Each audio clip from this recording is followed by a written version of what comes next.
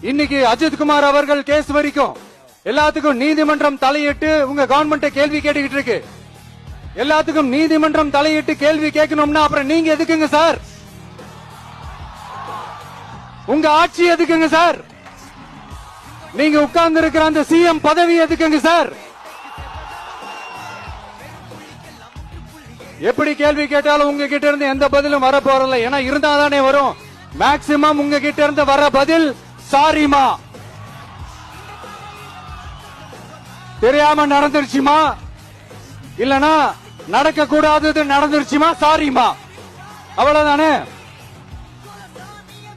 இந்த வெற்று விளம்பர மாடல் திமுக சர்க்கார் இப்ப சாரிமா மாடல் சர்க்காரா மாறிடுச்சு.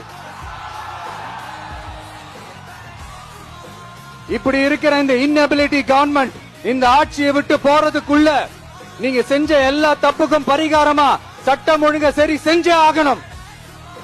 இல்லனா மக்களோட மக்களா ஒன்னா நின்னு உங்களை சரி செய்ய வைப்போம்.